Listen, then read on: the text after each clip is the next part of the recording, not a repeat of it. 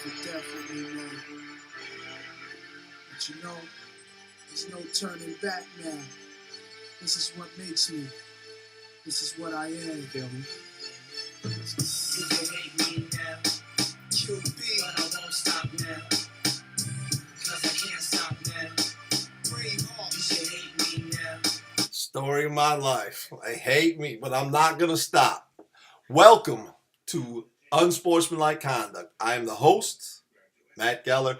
And listen, I got to get straight to this because I got Little John Flowers, the Little John Flowers, waiting in the studio right after this. So tune in. Don't click out. Tune in. He's got a lot to talk about. His time with the Jets, his time with the Michigan State Spartans, and being inducted into the Kalamazoo Hall of Fame. So stay tuned right after this for Little John Flowers. But right now we got to get into this NBA news.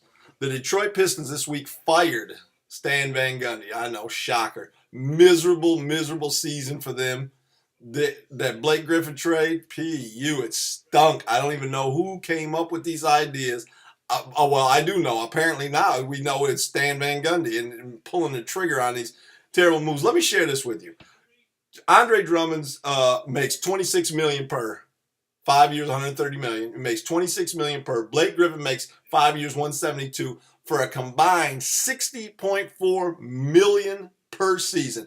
And for all of you U of M fans out there, that's about 56%. Who you guys are counting on your toes right now. That's about 56% of the payroll. So hard tax is 108. They're using up those two players on a 12-man roster using 56% of the payroll. You got Stanley Johnson coming due. Jackson. I mean, these guys got they got contracts. They got to get paid. So for all of you that think that help is coming, there is no help coming. There's no money. Tom Garros is not going into luxury. It is not happening. You can forget that. He's a brilliant businessman. Spartan, shout out Tom Garros. Give me a call. Hit us up. I would love to have all Spartans on here. But and I love the fact that he isn't spending luxury. We're not going to go in debt to do this foolishness that is happening in Cleveland with LeBron holding Dan Gilbert hostage down there. I would have been cut that clown loose, but whatever. The Detroit Pistons are so far in bad shape right now that it's going to be years to dig out of this mess, or they're going to have to trade one of the two, if not both of them, get them out of there because those contracts are just eating it up. So they got to figure out what's going on. You flashback a couple of years ago before Steve Kerr was offered the Golden State job. They actually offered Stan Van Gundy that job first, and he declined it. Why? Why would somebody decline that when you see what's happening with Golden State? Well, because Stan Van Gundy wants to be the guy who coaches the team and picks the players. And you see what that does.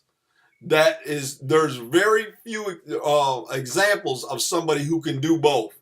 Bill Parcells, you remember when he's with the Cowboys, said, I want to, if I'm going to cook the dinner, I want to shop for the groceries, and of course he wasn't going to be successful at that. Bill Belichick is the only one that I can really think of off the top of my head that's been successful, is that wearing two hats with one person wearing both hats is a very difficult job to do. Bill Belichick, as I alluded to last week, Lawrence Taylor said he is the most brilliant football mind he's ever known. So that would go a long way to explaining why he's been able to do it. But everyone else not been able to do it. So there's, as presently constructed, the Detroit Pistons are in bad shape. It's not going to change anytime soon. So Pistons fans, and now on top of that, obviously Tom Garros being a Spartan, you're hearing Tom Izzo's name coming up as the head coach.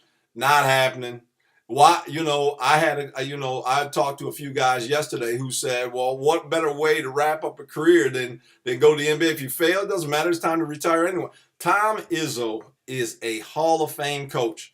The Detroit Pistons are not a Hall of Fame organization.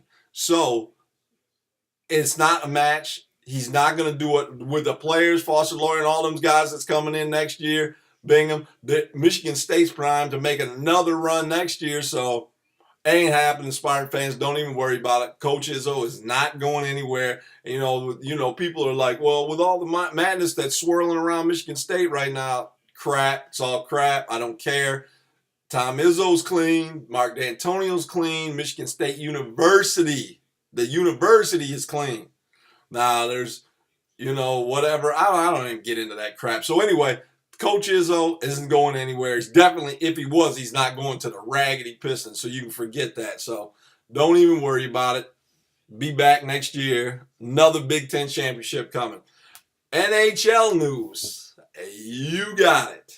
Ovi finally backs me up. Remember last week I told you Alexander Ovechkin and the Washington Capitals were going to win against Pittsburgh, who they haven't been able to beat yet. They finally get past them. They're going to the Eastern Conference Finals. They're against the Tampa Bay Lightning. So congratulations to Alexander Ovechkin. Big fan, Ovi. He backed me up. So shout out to Alexander the great Alexander. And good luck to the Caps in the Eastern Conference Finals against the Lightning. I'd love to see them in the Stanley Cup Finals. Only way I'm watching it. Because if I'm not mistaken, the Preds lost last night, so PK Subban's out. No reason to watch Vegas, and I don't know. I'm just not going to watch any of that. So the only way I'm watching the finals, the NHL Finals, is if the Washington Capitals get in. So I'm hoping for Ovi's sake and everyone else, and for Gary Bettman and the ratings, that they get some stars in there. Major League Baseball news. The Diamondbacks, if you have not been paying attention, still with the best record in the National League. You got it.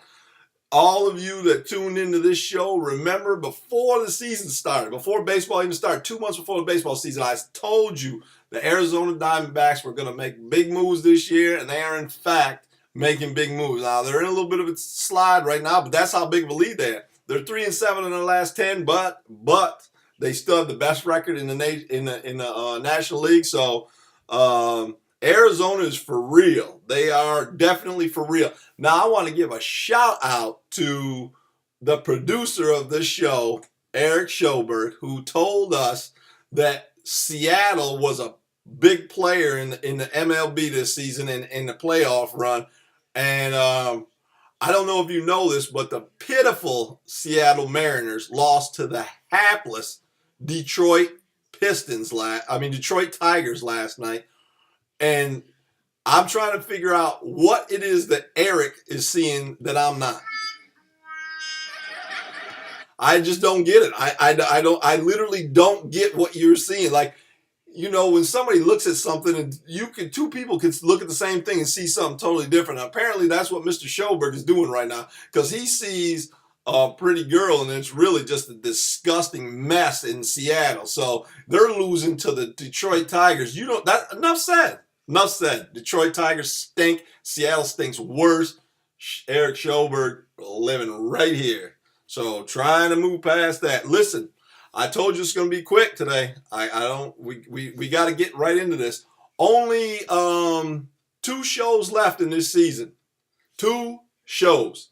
Little John Flowers, running back, Kalamazoo, Lloyd Norris, Michigan State University, New York Jets, coming up right after this. Fred Ferrier in 2 weeks. Not next week, but the week after. Fred Ferrier will be on former Morgantown State head coach Fred Ferrier. Yes, that Fred Ferrier will be on the show. Please, I need you to stay tuned, because, like I said, Little John's coming up, and he shares some really good information about the NFL and his time with the Jets. So don't forget. Also, it'll be the last chance next week for the calls. I gotta have time to edit them. So make sure you get those calls into me. All the rest of you, enjoy the week. Shout out to the moms. Happy Mother's Day to every mom out there. Happy Mother's Day. Get those calls into me. They gotta be edited. Josh from St. Joe. Get at me. I know you got some questions. Now, I know I'm not always there when you call, but literally, I'm always on time. So, I am the man with the plan, the host of Unsportsmanlike Conduct, Matthew Geller. I'll see you right back here next week, 11 a.m. Until then, enjoy Ja and Ashanti and enjoy Little John Flowers. Unsportsmanlike. Next Sunday.